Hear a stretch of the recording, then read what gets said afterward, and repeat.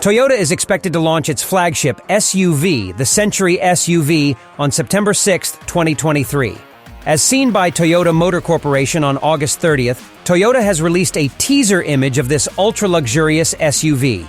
The image includes the text World Premiere 2023.09.061330, indicating that this will likely be the global debut of the Century SUV. Toyota Century offers the ultimate driving experience, but it also must continue to evolve as we move towards the future. And by the end of this year, I hope to have the opportunity to share the results of that story with new additions to the Toyota Driver Series, said Simon Humphries.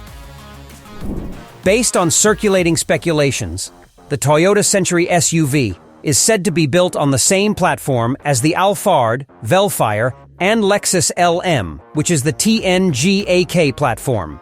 Regarding its powertrain, rumors suggest that the vehicle will rely on a 4-cylinder engine, but there are also mentions of a 3,500cc V6 option with a plug-in hybrid mechanism. In terms of dimensions, it is rumored that Toyota's flagship SUV will resemble the Rolls-Royce Cullinan.